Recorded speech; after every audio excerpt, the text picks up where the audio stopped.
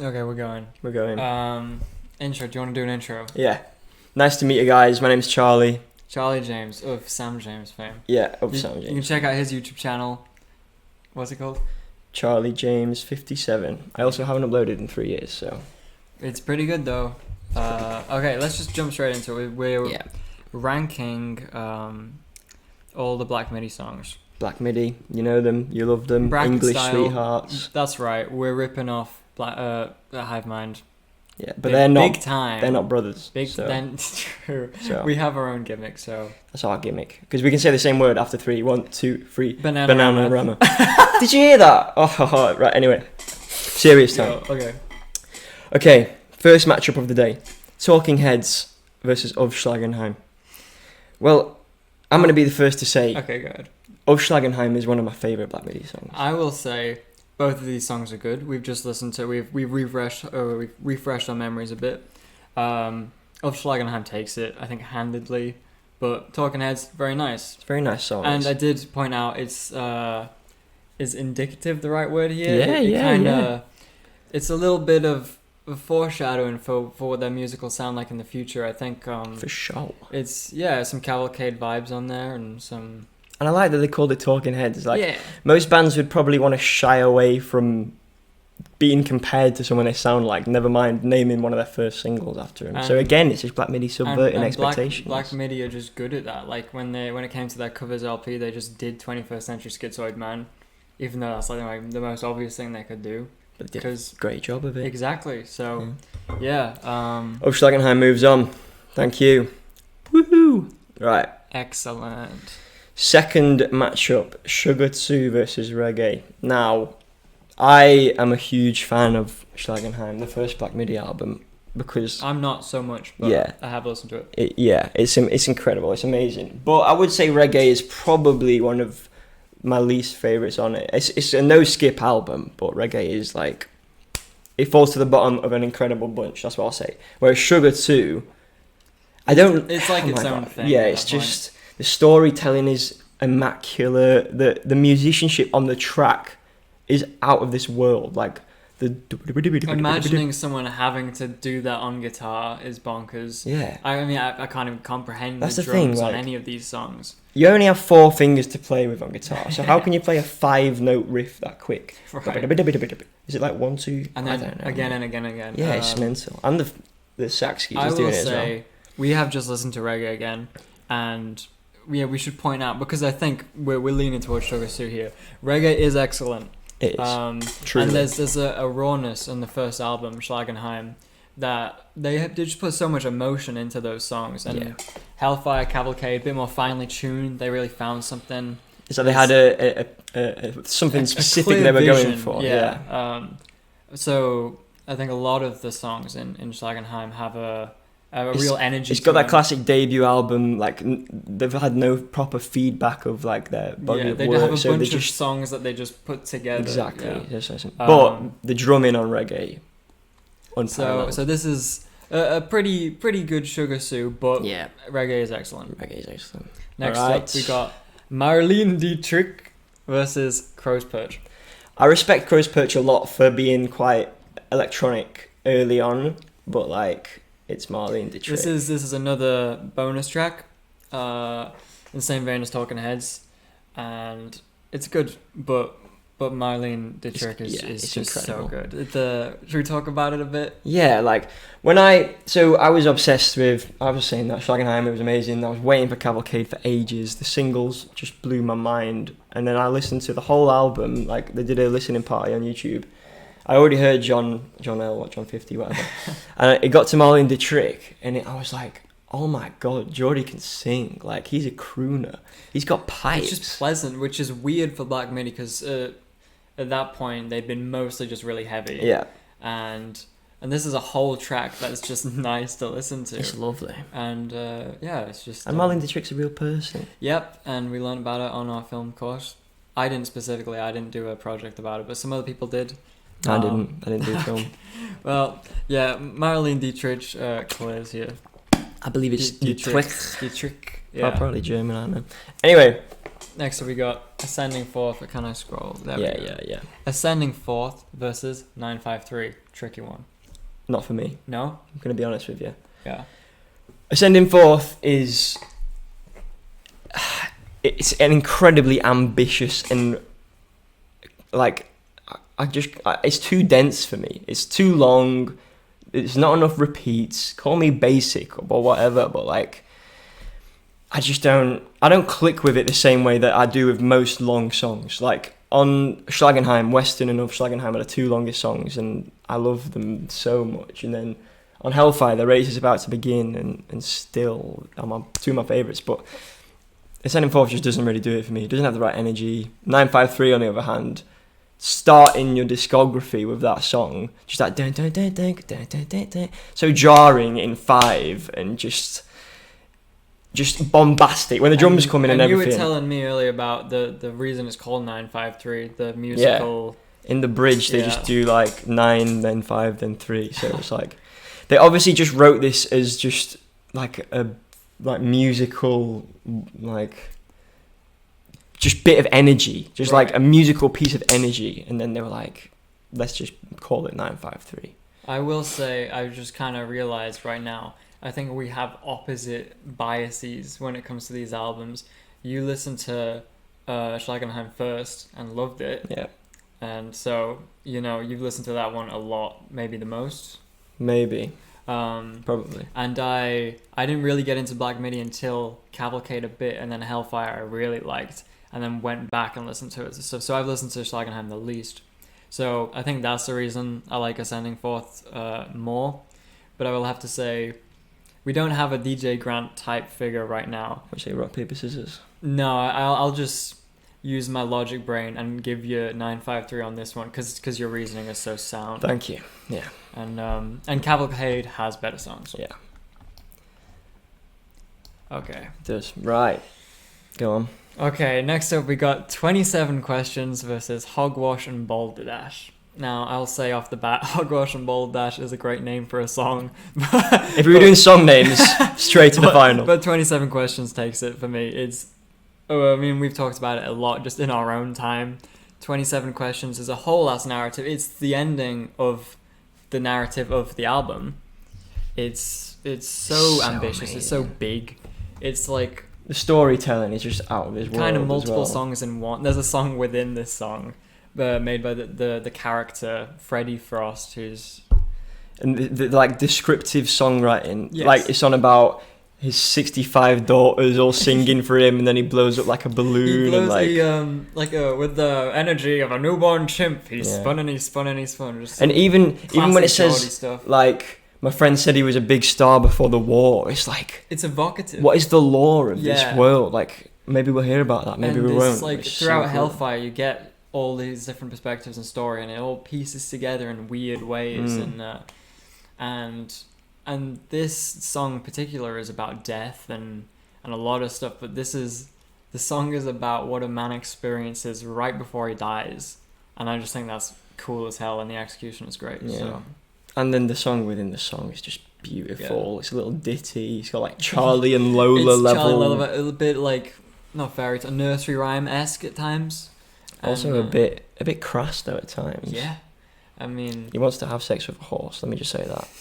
Anyway. I think 27 Questions. 27 Q moves on. Hogwash and Balderdash we haven't talked about much. I will say before we move on, Black Midi does this kind of abrasive, loud wall of noise thing a lot, and it's been done better, so we will get to like basically better versions of Hogwash and Balderdash. Yeah, agree. Not the biggest fan of Hogwash and Balderdash.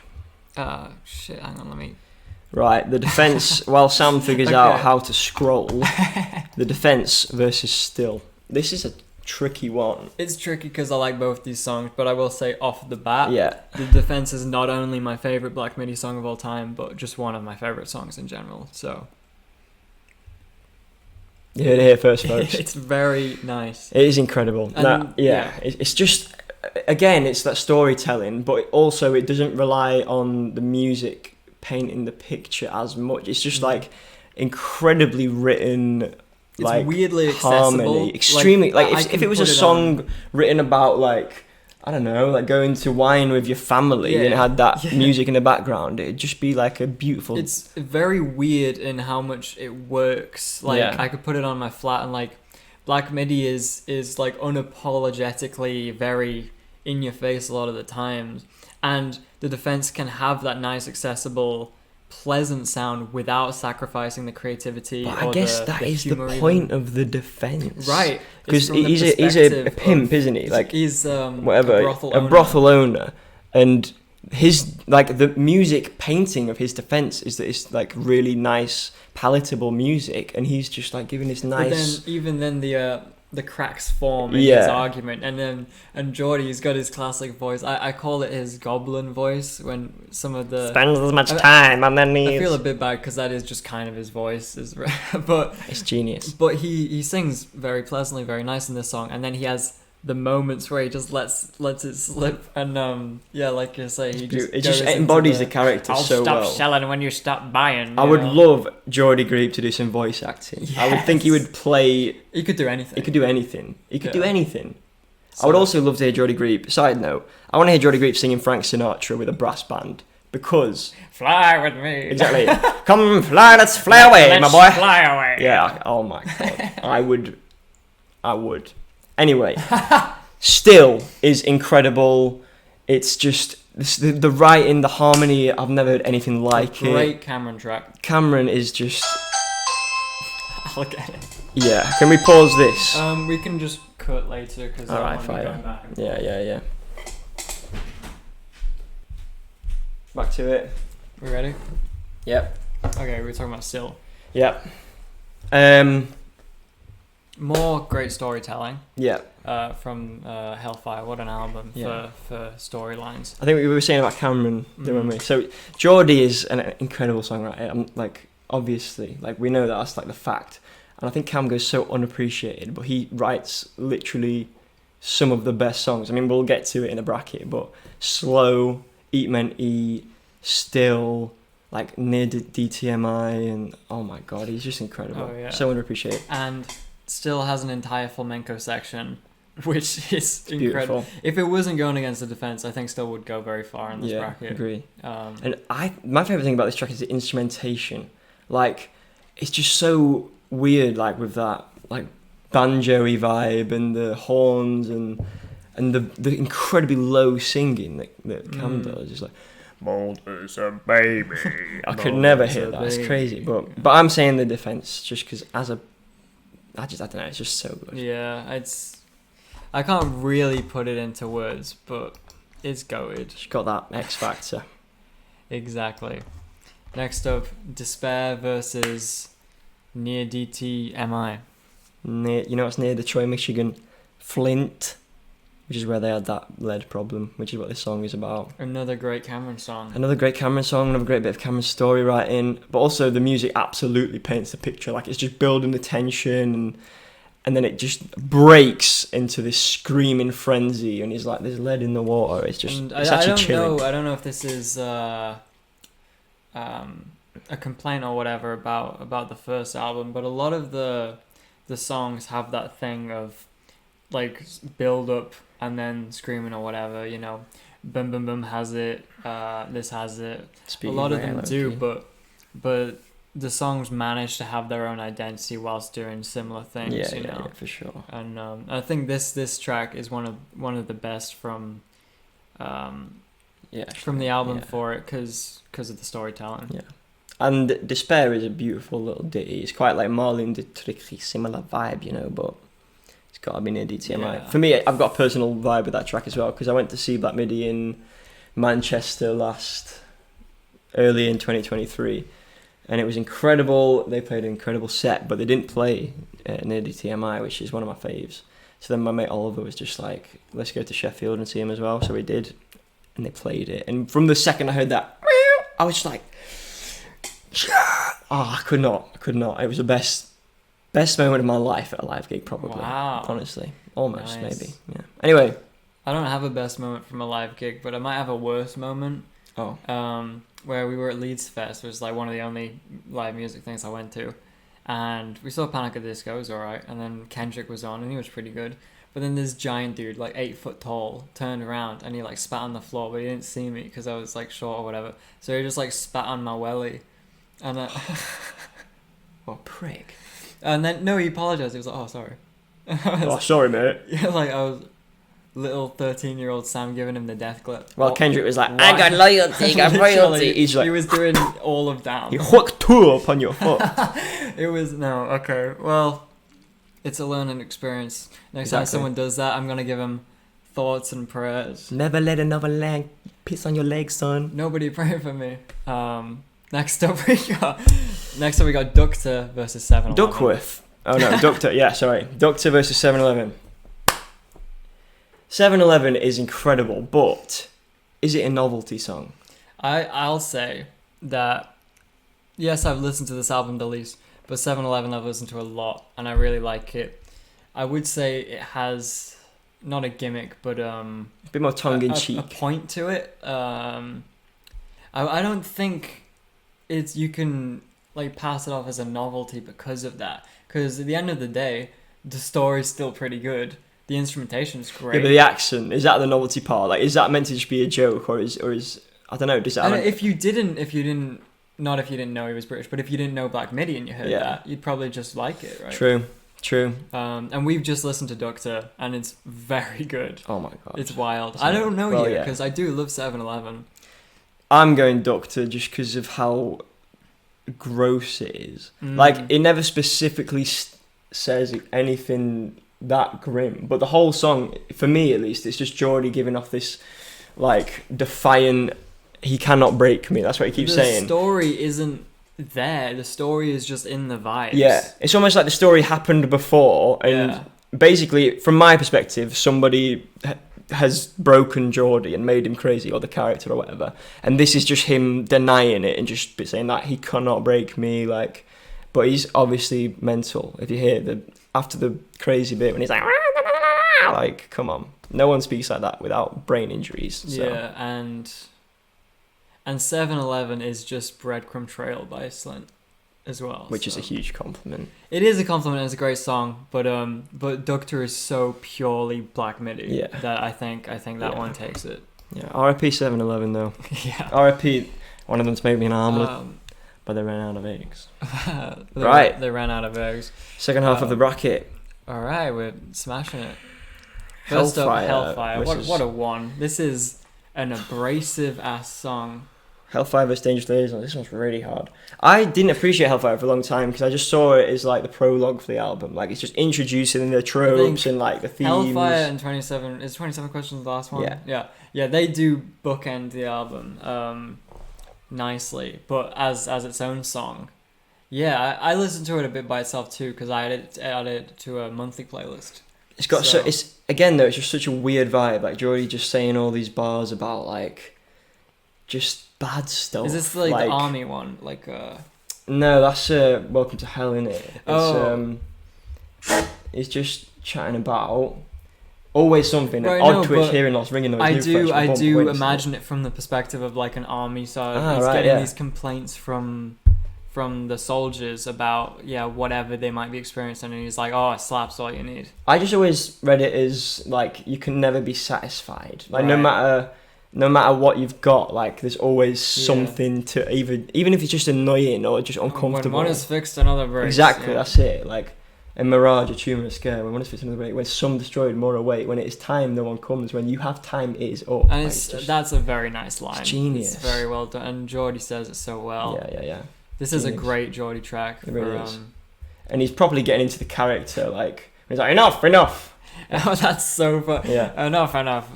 Come in. And leading straight into Sugar 2 as well. It's just genius. Yes, the way we haven't talked about that much yet. I don't think the way Black Midi does this so well. Songs lead into each other, like they kind of complete each other in that way. Yeah. Hellfire does this very well. This track specifically going into Sugar Sue raises my opinion of it a lot. I think that Hellfire is easily their most consistent album just because every song is about like someone doing some, I don't know, apart from maybe Still, but it's about people doing bad shit and going to hell pretty much. I think it's able to like harness that energy from their earlier stuff into an ongoing storyline, and Yeah, I think that's really good. impressive. It honestly is like the culmination of everything they did well on their first 2 albums, plus an incredible concept. For me, Hellfire is the best Black Midi album. I think so. I mean, I love Schlagenheim.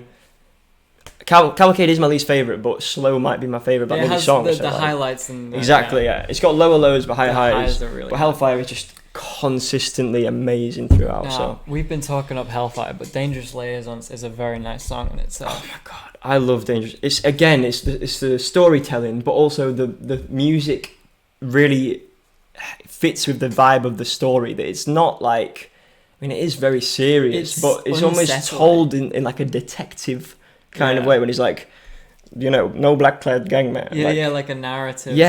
But the music's quite like jaunty a lot of the time with that ding.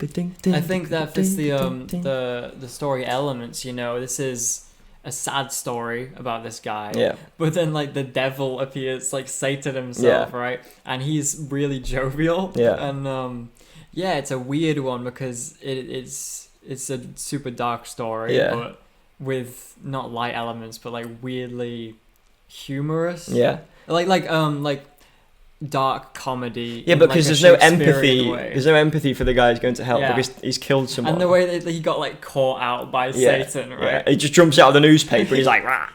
My favourite bit about the whole song is when he's like getting dragged down to hell at the end, you can literally hear it. When it's like, like that's like hitting off the walls of hell. Like I can see it in my brain. It's so good. I'm saying Dangerous Liaisons here. Really? Yeah, I am. I don't know. And we don't have a tiebreaker guy. Rock, paper, scissors, or I'll go Hellfire because I think it establishes the album so well. I'm still taking Dangerous Liaisons. Okay, let's rock paper scissors for it. On 3. On scissors or shoot? 1, 2, 3, shoot. Okay. 1, 2, 3, shoot. Dangerous Liaisons. That's how I gotta be sometimes. Dangerous Liaisons moves forward. You're doing ASMR. You gotta change it to the grabby tool. Change the mouse to the grabby tool. Okay, brilliant, fantastic, brilliant. Imagine Geordie Group doing ASMR. Nice to meet you. My name is Geordie. No. Anyway, right. John 50, aka Jonathan L, versus Eat Men Eat. Now, when we were putting together this bracket, we did make it random. We did a generated number or whatever. Completely random. But, you know, whilst we were just putting it together, we were like, this is going to be a tricky one. Because John 50 was one of the songs that got me into Black Midi. Yeah. It's like a highlight. And the video as well is just excellent. It's so haunting. Everything about the song and the video and the lyrics. It's just demented. Again, that energy. Yeah. I think that's one of what we were talking about.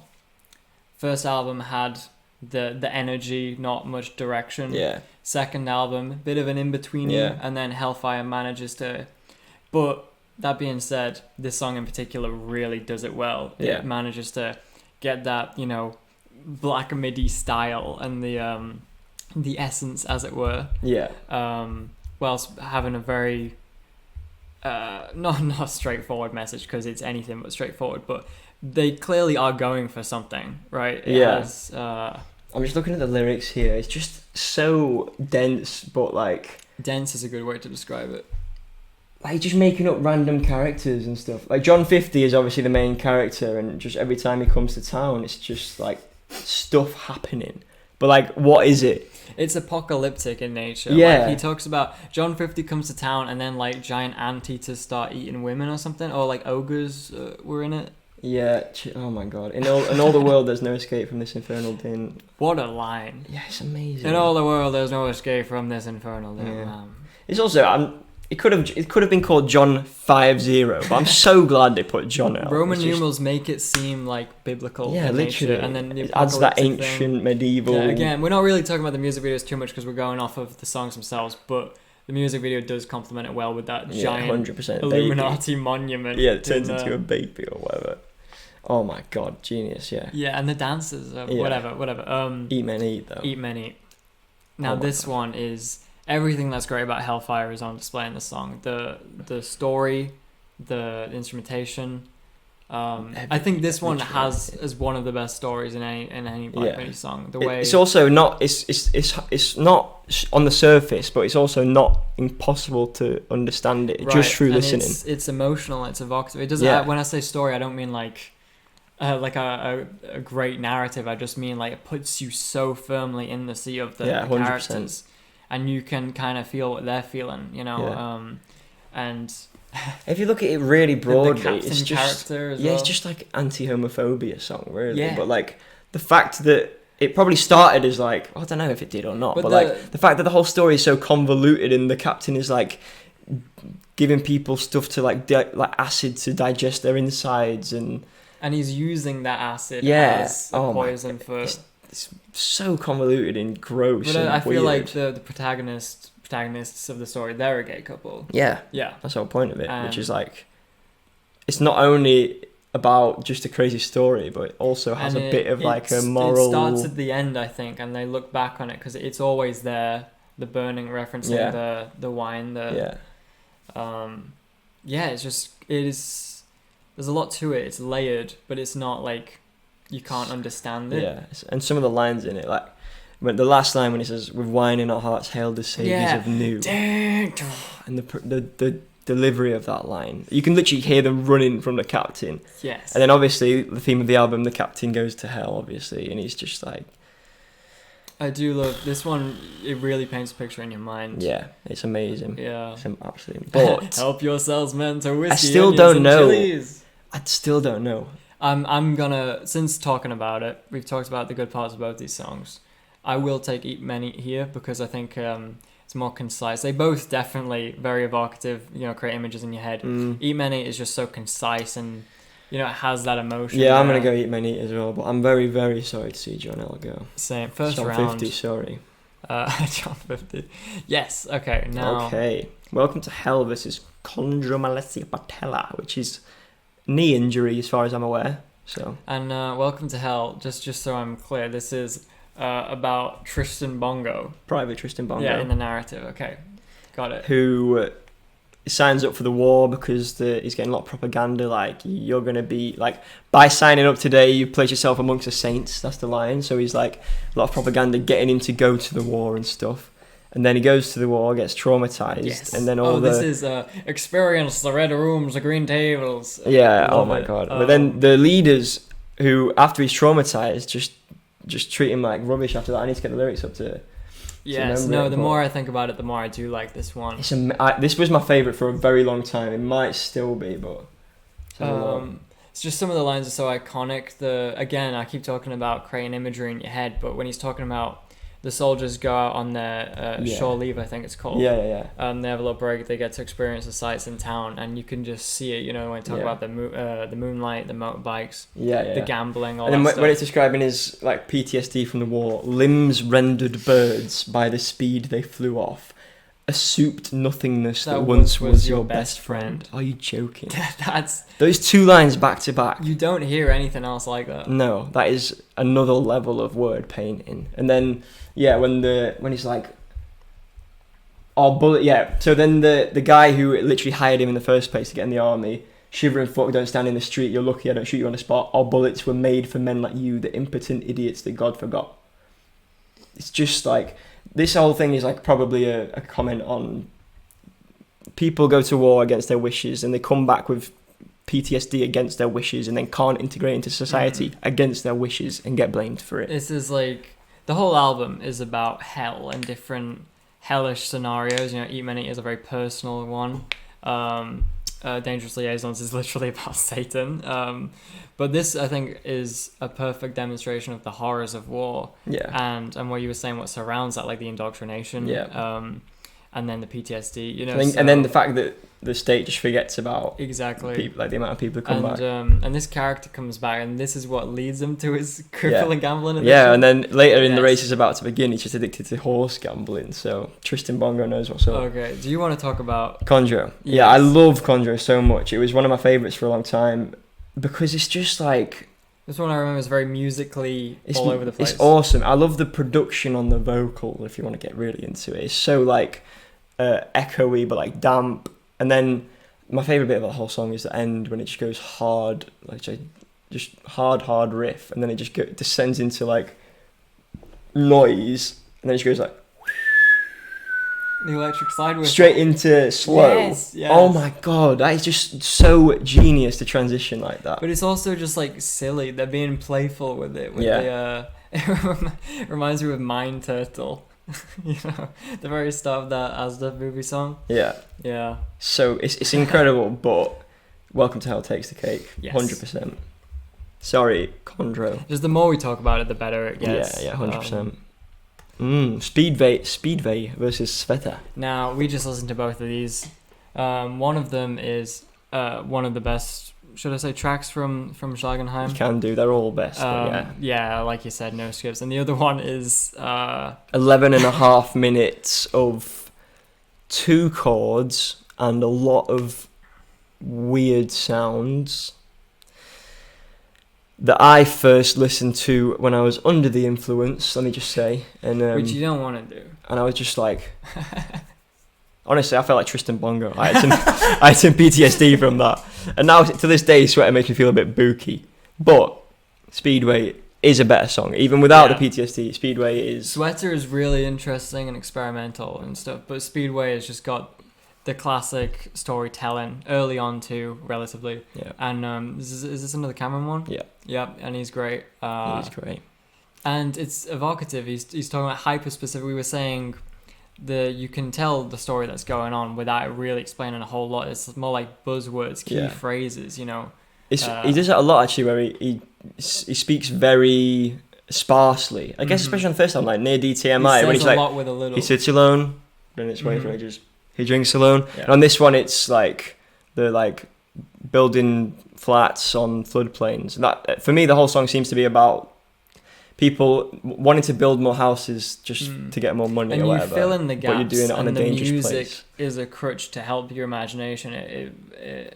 The words give you enough to let you imagine it, and then the music kind of sets the tone for what you're imagining, and it becomes a whole experience. Yeah. So, incredible. Yeah, Speedway, excellent. Amazing song. Oh, now we got Boom Boom Boom versus Western. Now... The Defense is my favourite Black Midi track.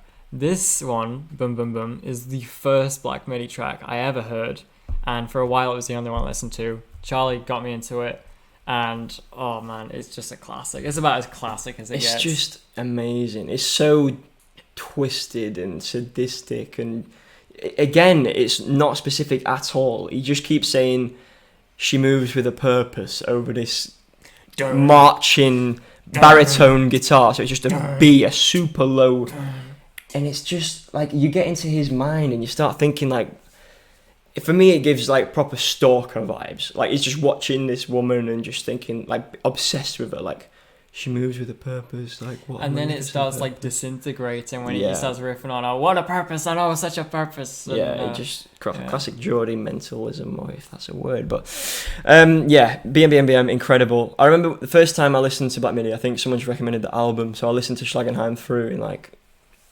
November 2019 or something, a few months after it came out. And it stands out in an album. Yeah, well that's the thing, like at 953 I was like, shit, like this is incredible. And then every song I was like, okay, this is like a proper, I knew it was going to be one of my new favourite bands, guarantee. But by the time it got to BM I was just like I couldn't believe what I was hearing. I couldn't believe that people would take a risk that much and that it would pay off with such just a new musical experience. Like I'd never heard anything like that. And at the end when it drops into that crazy, noisy, heavy, oh man, and he's just screaming.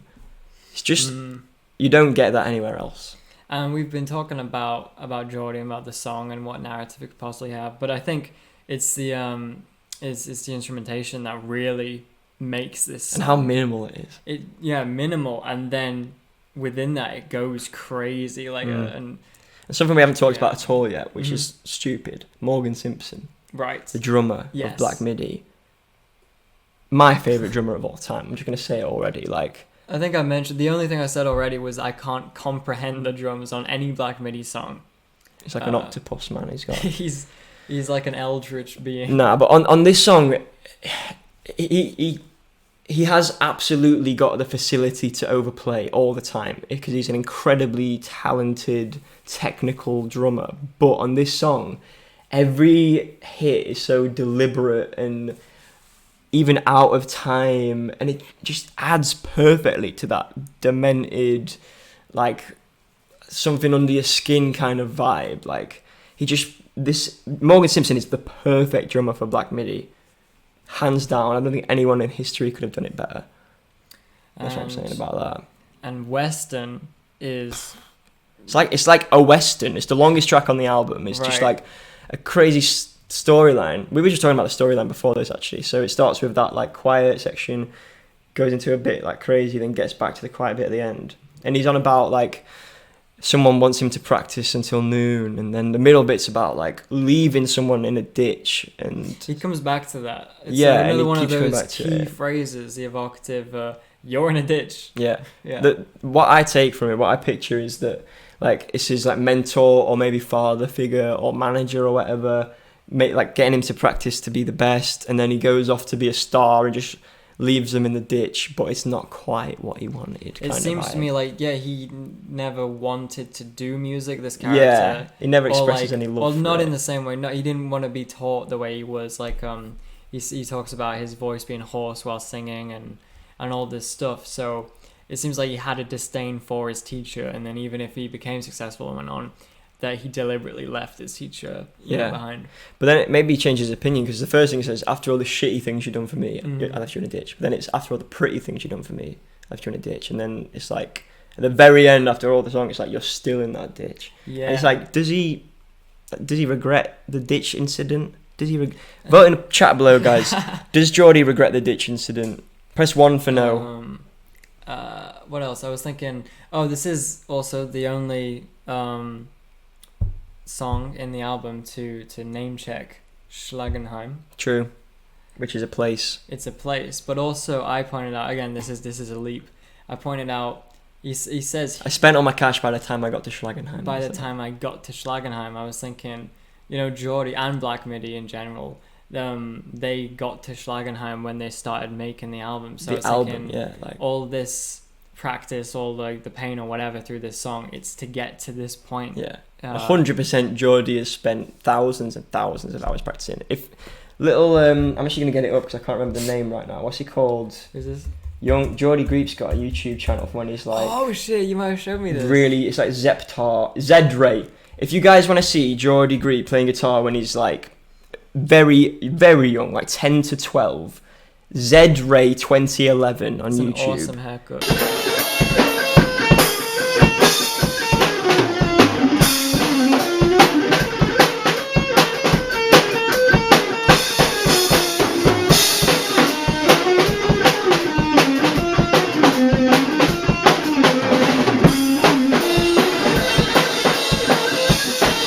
And he's already incredible then, like seriously. So he must have been on it when he was a kid, whether by choice or not. He must have been absolutely on it.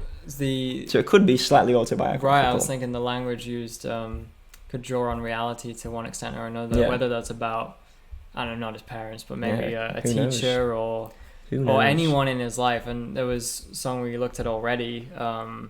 Ductor, that had similar. The name Ductor could mean conductor. People have guessed, so that could also be, if this is drawing on reality at all, which it might not be. It might just be purely fictional. I mean, he's good at writing fiction. We know that. So I mean, this is weirdly enough, he talks about anteaters and all this crazy shit. This is one of the most down to earth narratives Black Midi has done. It really is. Think about it. Yeah.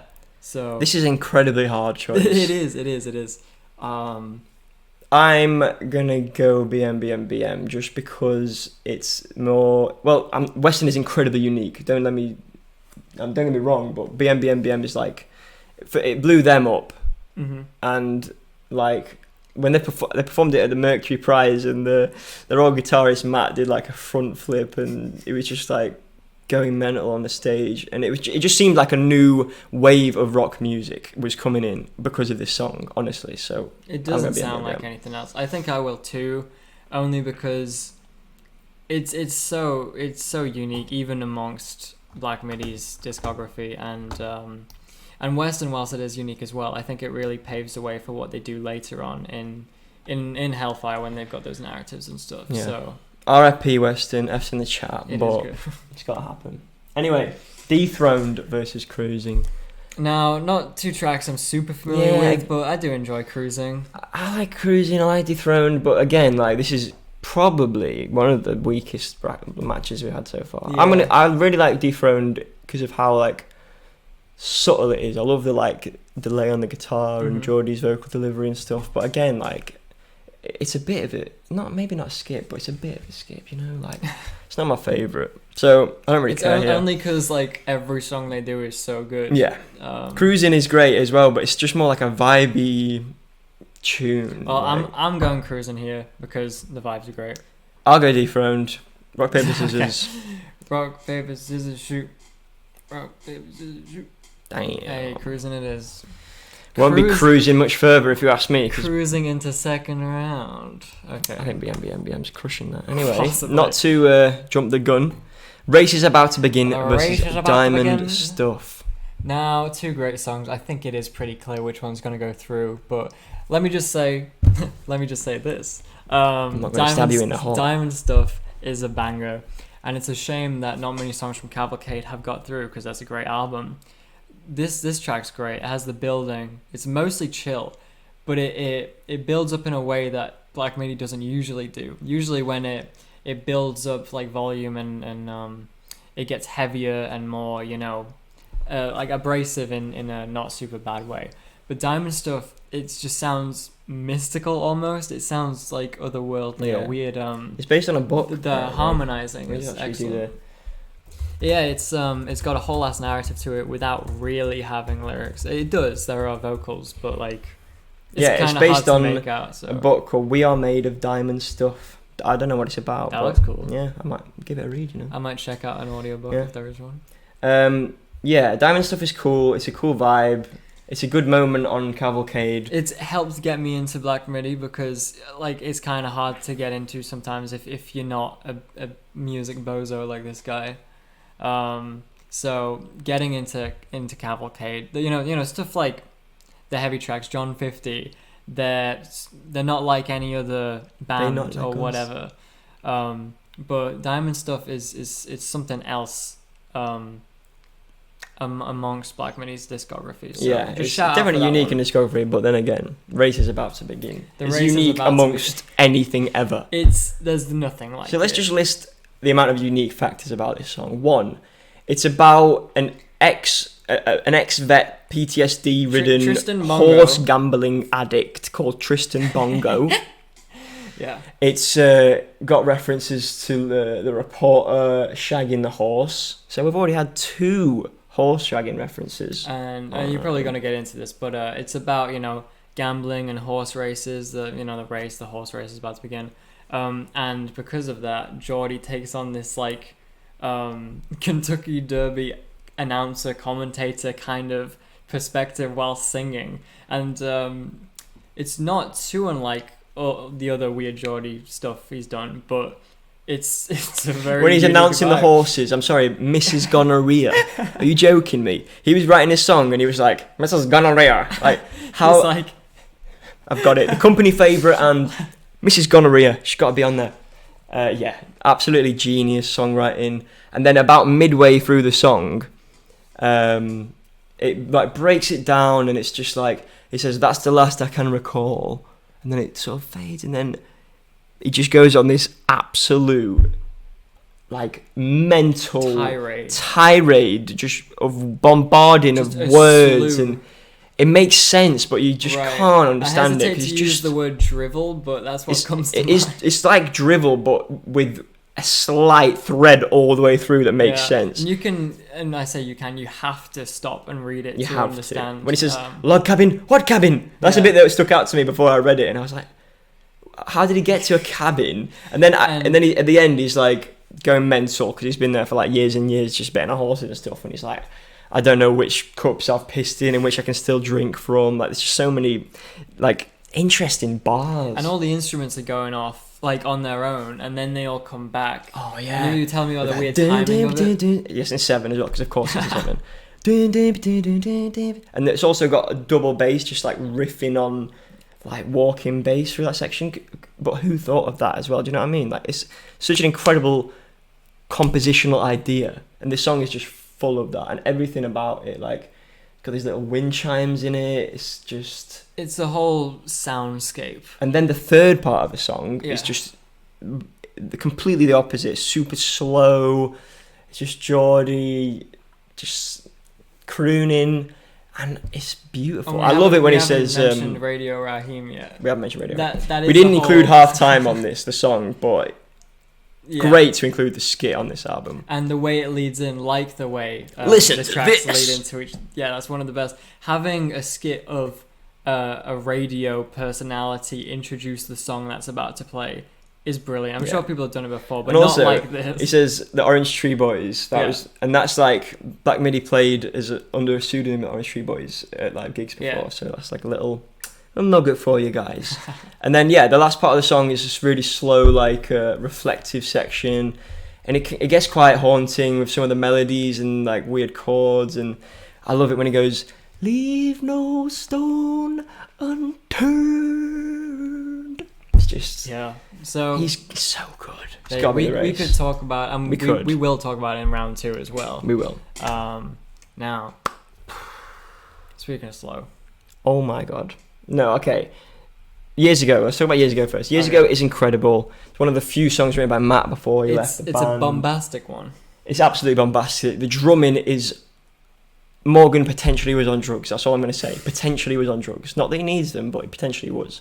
Because this is just crazy. From the drumming department, everything about it. There's like some weird electronic sort of drums and bass. I don't even know what it is. I just listened to this like for the first time. It's bonkers. I don't even know what to make of it. Yeah, I love that they sampled that. Not sampled, but like the video of the guy on the internet trying to freestyle spoken word, and he's like, "Years ago, they tried to put me in and they were just like, let's put this on our album, our prog, whatever it is, rock album." It's just great choice, brilliant song, bit too short. Anyway, now, Slow, on the other hand, is just one of the best songs ever. It's just so good. I've never felt like I've been hit by a hammer more than hearing Slow for the first time. It's just... I can't even. I mean, earlier when we were talking about Conjure Malaysia Patella, we were on about how it leads in that, and then that's when Slow starts, and it just hits you over the head. Like, it's such weird timing. Like, I can't. It definitely moves at the end, at the very end of the song. It moves into being like 1 2 3 1 2 3 1 2 3. But in the beginning, it's not. It's not bang dang dang dang dang. It's just there's some weird swing about it. And also, of course, it's just the most demented, weird, like, diminished chord. And then in the verses, okay, the guitar playing is just incredible. The arpeggios, dunk-a-dink, dunk-a-dink. The harmony is incredible. Just going from, like, a minor chord to a minor chord, a semitone away. Like, it's musically, it's another level. It's absolutely another level. And then Cam's vocals over the top. It's just like... Again, he's doing that slow delivery. See, I don't know about all this music stuff, semitones, timings, signature, whatever. You know. So usually what I latch onto is the lyrics and the story and stuff. Now, this is a song that doesn't even need that. I don't even know what the story is or whatever. Musically, even if you don't know why it's impressive, it just is. It works. And it's so nice to listen to. There's nothing like it. I've said that before. It's just sick. I think it's just about slowly dying. Right. Or just knowing you're going to die. The whole song is just like time winding down slow. Like slowly. It takes so long. I guess I'll wait. It's like an impending doom to it all. The dang, dang, dang, dang. And then at the end, right before they just like blanket. It's like when you put out a fire with a blanket. That's how I feel listening to the end of that song. Like, just smothering the life out of me. Like, when it's the quiet section before that end bit, the lyrics is like stood up, shot between the eyes, and then it just hammers it in. It literally feels like getting shot between the eyes. It's just Yeah, I can't believe it. It was my favourite song for a very long time, and it might still be. So, Slow is absolutely going through for me here. Yeah, Slow clears. Slow absolutely clears. Incredible. Right. Okay, now round. We get to go back. Round 2. We've got of Schlagenheim versus Sugar Sue. I know which one I'm choosing, but I listened to Schlagenheim today. I've heard it before, but I refreshed my memory today. It's very nice. It's very good. But Sugar Sue hits different. It's one of those that kind of, I've seen it a little bit kind of breach out beyond the Black Midi listeners, circle. 100%. And I understand why, because it's not even accessible like some are, but it has a simplicity. It's definitely more to it accessible than of Schlagenheim, I think. The story makes sense, though it's so overwhelming musically. Just some bars in it as well, like being a 3'3" superfluous freak. Blinded by necks, upper backs, and knees. Yeah. Blinded by knees. That's how small he is. How about that as a concept? The narrator in this story is a tiny little child. Yeah. At a boxing event in the future. Between guys named after Sun Tzu, who wrote The Art of War or whatever, and Sugar Sue, who I think is just a type of tomato. Probably. I heard. But also it's all like a narrative about how the audience just wants to see some peak shit. And it does that very well. It has a lot of references to tabloid memory. It uses that term, which is interesting. Oh, and right after the one box gets shot, the line "the audience won." Exactly, really that's what I mean. Like, thing. No doctor on the scene, the audience won. Because there was no doctor on the scene, because he can't be saved, and the audience just want to see bloodshed. I mean, it goes back like gladiator times and stuff. People wanted to see people getting eaten by lions and shit. And the fact that it's in the future probably drives home a message, even, with exactly. And the same as like UFC. If people like UFC, that's fair enough. I really don't. I struggle to watch it because it's just grim. It's like, kind of rough. Especially when you see clips of people getting like their legs snapped in two, and it's like, I personally don't get it. But I know Geordie's very much into martial arts and stuff, so I don't know. Maybe Sugar Tzu is him writing like a little, reflection on his own enjoyment of fighting and whatnot. And then a lot of the towards the end, the narrator, we're still following his perspective. He's in jail. And he's getting loads of letters from like fans of people who are glad that he killed them. Yeah. And that's just crazy interesting because it's real, right? That happens. Yeah. It's like that obsession with serial Jeffrey killers Dahmer and Mark Chapman and whatever. So it's just a very interesting story, a very entertaining, exciting song to listen to. Taking Sugar Tzu as well then. Let's do it. Sugar. Oh, wow. Sugar. Let's just put that That's back. alright. Sugar Tzu. There we go. Fantastic. Into the semis, is that? Yeah. Looks like it. A quarter final. Right. I need to move this again. Oh, shit. Right. Marlene Dietrich versus 953. Okay. I think we might be going different ways on this one. I think so because I love Marlene Dietrich and it's just so different whilst being classically Black Midi. It's very nice. You can just put it on. I have put it on plenty of times at dinner. They had every right to just, after John L., just have an album of hard, difficult, dense, proggy, angular music. But putting Marlene Dietrich second is such a genius way of opening up their fan base to other ideas. Like, would the Defence exist without Marlene Dietrich? Probably not. And the fan base wouldn't have taken it as well because they wouldn't have expected Geordie to be doing this, like, proper singing, just nice harmony. Like, yeah, it's just lovely. Yeah. It's very So I respect Marlene Dietrich very much, but 953 for me is just maybe not generational quite, but an incredible it's a song. very great song, a very strong opener to an album of great strong songs. opener to the discography. That's the thing as well. True. The first song on the first album is just like do do do do. That's like, I'm here, we're here, and it's just so unapologetic. Real. And yeah, I'm going 953. I'm still going Marlene Dietrich. Let's do it. Okay, on shoot. Rock, paper, scissors, shoot. Damn. All right. A little bit more cavalcade representation going into the semis. 953, my guy. Okay. 27Q versus... Oh, no. These are my two favorites from my favorite album. Wow. At least my favorite Black Midi album. So, 27 questions we talked about pretty in-depth already. Yeah, we did. The defense we also talked about a lot. I like these both for the same reasons, although I have to say the defense I enjoy thoroughly from start to finish. 27 questions, it has that like classic abrasiveness that I keep talking about, which is needed, and I understand and I appreciate, but I can't listen to it all the time like I can the defense. Yeah. And whether or not that's even criteria you want, because some of my favorite songs I can't listen to all the time. Like Slow. And 27 questions at its best, it has just such good moments, such good lines. But still, yeah, the defense is like my favorite song here. I think I'm going to go for the defense as well, because 27 questions is amazing, and it's just a bit, you know what I mean, abrasive. I mean, it all is abrasive. It's like an stuff. Undertaking as a song. It's long as fuck. Yeah, it's more difficult to listen to than most Black Midi songs, which is saying a lot. With the like the music itself and the dialogue. Yeah. Having said that, take nothing away, it's absolutely generational song, definitely generational. Yeah, I do find myself just like waiting for the bit that I like though. And began to sing. Yeah. So yeah, the defense. Brilliant. Can I just say about the defense very quick? Defense with this one. Okay, go on. We're not on defense. Thank you very much.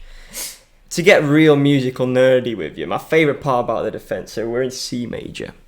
So listen up, my music nerds out there, we're in C major. You can demonstrate if you want, they might be able to hear you on the piano. No. I'm just going to look into the camera and describe it, and they'll pick it up.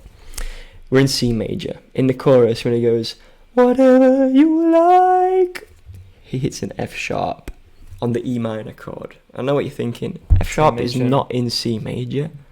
No. But E minor, the ninth, is F sharp, which just adds such a sweet and unexpected tinge to the palette of the song. It's F sharp. Exactly. Okay, next we got Near DTMI versus Doctor. Now, these are both... I think this is another weird one, like 27 questions in the defense for that, at least to me. The appeal to these songs is the same. Like, I think... Expand. Okay, I'll elaborate. The chaotic nature of Doctor is just very, very Black Midi. I said that in the first round. It's just, it's pure. Yeah. And Near DTMI has the same effect, but with Cameron instead of Geordie, I guess. I feel like the difference for me is Doctor is like organised chaos. Like it's very structured and solid during the verses, and then after the build up, that's when it really gets unhinged. Whereas Near DTMI, it's got this like nervous energy from the beginning. Like, I mean, it's heavier at the beginning and gets into but in the verse when it's just building up with those like arpeggios, it's so like something's coming. Whereas in Doctor, it's like something's coming. Actually, maybe it's the same thing. But no, it's not the same thing. It's not got the frantic energy. Like Near DTMI is like a frantic, nervous, like I need to get out of here or I'm gonna die kind of thing. They are pretty different, actually. Doctor is just like a crazy guy having a mental breakdown. Yeah, DTMI has a story there. It doesn't really expand on it much, but there is a story, and there's a narrative like arc. I would say it goes up and Doctor has a similar thing, but like I think we touched on in the first round, we just don't know the story. Yeah, there's something that we just have the raw emotion, which actually makes it weirder and more like when you can't see the bad thing in the film, it's scarier. Like Blair Witch, innit? Like Psycho. Yeah, I'm going Near DT on this one. Oh yeah. I don't know. I think I'll just trust your judgment on this one. You've listened to this album a whole lot more. Yeah, and I have obviously personal connotations after that incredible gig.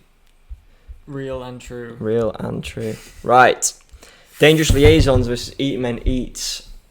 I've low-key been rooting for Dangerous Liaisons, but they're fire. And the way we talked about it, it was like this and Welcome to Hell. Like, my opinion got higher the more we talked about it. But I am still taking Eat Many. Me too. I'm taking Eat Many.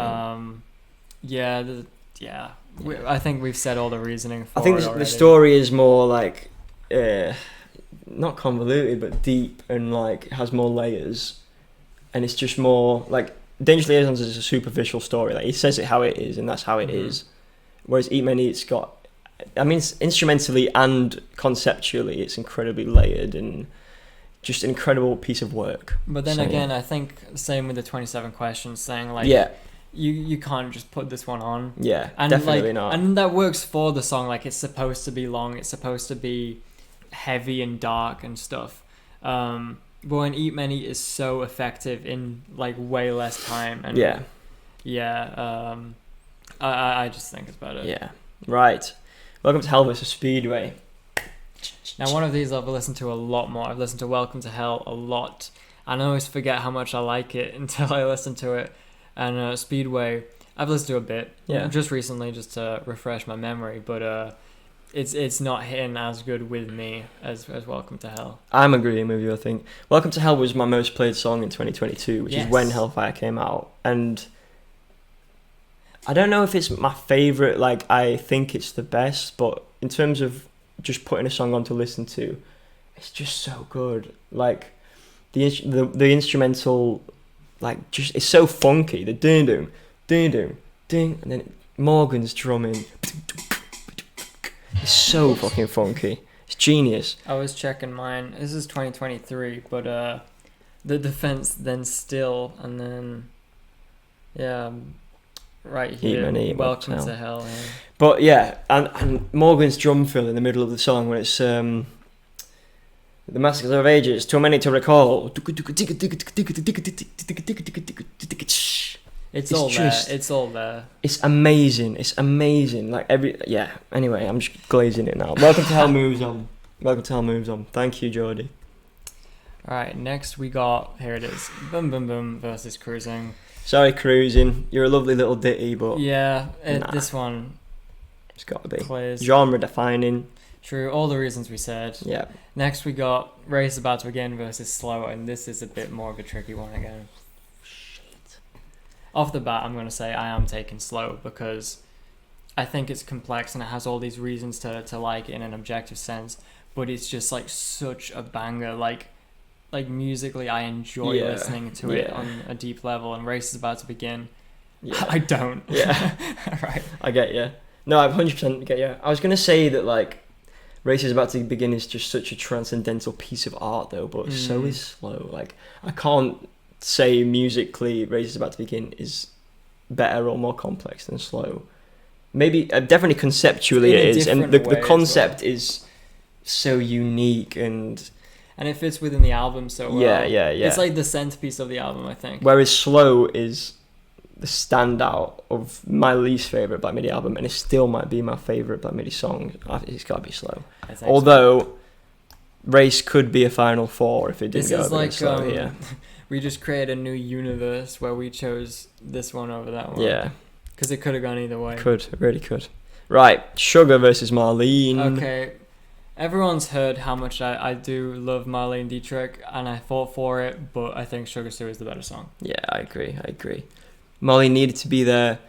Sugar 2 blew everything out of the water. And it's still not quite like any of the other songs on here. Yeah, it's true. Genius. Sugar moves on. Thank you, Sugar. What have we got here? The Defense versus Near Detroit. I know which one I'm taking. Oh, that's so tough. Near DTMI was my favourite, like, before Cavalcade dropped. And I think Slow maybe overtook it. But I don't know, I just have such a... but it's not that long, do you know what I mean? Neither's Defense, I guess. But I think, I've said it before, but the Defense in the runtime is just so perfect. It's just so sweet. It is. I think I'm going Near DT, though. We're gonna have to rock paper scissors it. Oh shit! I'm sorry. This is a big one. This is a big one. These two both could also be in the Final Four, but just because I think it's just that nervous energy I was on about of Near DT. Right, come on. Okay. Rock paper scissors shoot. Rock paper scissors shoot. Diego Maradona. The Hand of God. Brilliant. Let's go. Final four for nearly. Oh, that's going to be tough. Right. Eat Many versus Welcome Tell. Again, I think Eat Many you can enjoy as a song, and it goes hard, and it's a bop, and the story's all there, the emotions all there, characters, musically, it's a great listen. It, you know, its place in the album, the song before it, the song after it just works. Welcome to Hell, it does as well, but I just like Eat Many more. Really, I'm going Welcome to Hell guaranteed on this one. Yeah. Just because, like, they're both, for me, the stories are both equally as good. Maybe Welcome to Hell is a bit more superficial, but again, it's the way he uses words. And I think it's a toss up because Welcome to Hell fits better on the album, you know, with the concept. But for that same reason, Eat Many stands out more as its own, you know, personal thing. Yeah, definitely. So are we gonna have to rock paper scissors? I think we are, because it's just like something about Welcome to Hell. I don't know if it's the production or the groove. It's just so infectious. I could listen to that every day and not get tired of it. Whereas Eat Many, it feels a bit more laborious. Like it takes a bit more patience to listen to. But we can do rock paper scissors if you want. Okay. Rock paper scissors shoot. Rock paper scissors shoot. No. Welcome to Hell. That was my winner. Maybe. Well, the defense was mine. Oh, so here we go. This is a big one. Wow. This is crazy that both of these tracks are so good, but it took a lot of consideration still, you know. Slow is a better song. That's what I'm going to say. Better. But BM is so outside of the box and such a ballsy move. And I don't know, man. This is so hard. I will say I also think Slow is the better song here, but without BM, I wouldn't have listened to Black Midi. So it's a weird one. Me for too, that reason. probably. Yeah, it's interesting. Sugar. I'm taking Slow. Yeah, same. Okay, thank God. That is horrible, though. It would have been a weird hill to die on after I did like talk it up so much, like over Racist. Yeah. Okay. Because BM is simple, but that can't be used against it because that's the point of it. Yeah. Right, final four. And a pretty good final four, I would say. Yeah. We've got 2 Hellfire, 1 Schlagenheim, 1 Cavalcade. The Cavalcade, Slow is doing it for Cavalcade. Slow is doing it. Okay. Right, Sugar versus Near DT. Right. This is just tough now, isn't it? Like, I know you're going to go Sugar too, because you're not as familiar with Near DT. Mm-hmm. Not that I don't appreciate it or see the appeal. Yeah. Oh, man. I don't know, but there's something about Near DT being written about a real life bad situation, which adds a lot of the energy to it. And Sugar 2 is incredible, but it's like... You could say, like... Not real, but we just talked about how real it is in terms of... Yeah, as a metaphor, metaphor, the way you can talk about this crazy, absurd concept, like, relative to real life, like, tabloid and people and this, you know, weird... That's actually a good, like, Cam writes songs about very real, specific events, but very vaguely. That's what I was thinking. And Geordie writes very specifically about fake events that relate to real stuff. That's an interesting little comment, actually. That's good. I'm definitely taking Sugar Soup, and I think it's just great representation for Hellfire, and just everything, just the vocals, the lyrics, the story, the instrumentation, definitely, it's all there. It's just so very, very strong. I think I have to go Near Detroit, Michigan. Really? I actually do. Because I don't know any other songs that have that vibe. It has to be as short as it is, because it's just like a fleeting... And even the guitar solo at the end is just so unexpected. It's like a majory... Mew, mew, mew, mew, mew, after this demented breakdown. There's nothing like it, and it just goes as quickly as it came. I'm taking it, Detroit. All right, you know what? You've convinced me. Thank you. Sugar 2, incredible. I feel like they could write another Sugar 2 though. Yeah. And I don't know if they could write another Near DT just because of that specific energy captured. So, not again. Apologies to the bagelites in the audience. All my bagel heads out there. Eat Men Eat versus Slow. TBH, I'd be happy with either of these. Slow for me, I'm not going to lie. I mean, I already voted against Eat Men Eat with Welcome to Hell. I've already said my piece for Eat Men Eat. I'm happy for it to stay here. And Slow is just so good. It's just too good. Right, final two. Near DTMI versus Slow. The two best Black Midi songs, Hello Mother, who has just entered the room. I'm sure you'll be excited that we're at the end of the bracket and we're about to decide the best Black Midi song. We're doing Hive Mind. Okay. If that wasn't clear. Don't let me stop you. You won't. Don't worry. Right. Well... So basically we've got the song that captures an energy perfectly versus the best written song in the catalogue potentially. But I also I do think it doesn't lack that energy. It doesn't. That's true. And the emotion as well. There's something about just the way they deliver the lines. I guess I'll win. True. It's very. Oh my god, yeah. It's morose. That's the word I want to use. But also the power at the end. I've probably never heard music. Maybe The Rite of Spring. Mm-hmm. That's got a lot of power. So yeah, no, it's that good. You're comparing it literally, to The Rite of Spring. I have to go back to 1912 to find a comparison. But it literally feels like being smothered, hit by a hammer, and shot in the face at the same time, which is incredible for a piece of music. Slow is a cover of an Elvis song. He did the original. He goes, really? Oh, well, I guess I'll wait. Thank you. Yeah, that's a nice bit of trivia there. So... Never knew that. I hope he's getting a lot of royalties. I'm ready to vote. Everybody vote in the comments. Everybody vote in the comments. 1 for Near DTMI, 2 for Slow, 3 for neither. For the defense. 3 for the defense, 4 for Welcome to Hell. Okay, I'm taking Slow here.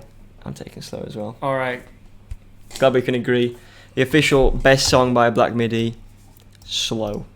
And it took us a long time to get to that opinion. So some of the only Cavalcade representation as well, which is, like you said, not the best album, but the best song. Yeah. Did you just? I just made it really small by accident. Yeah. Okay. It's gone.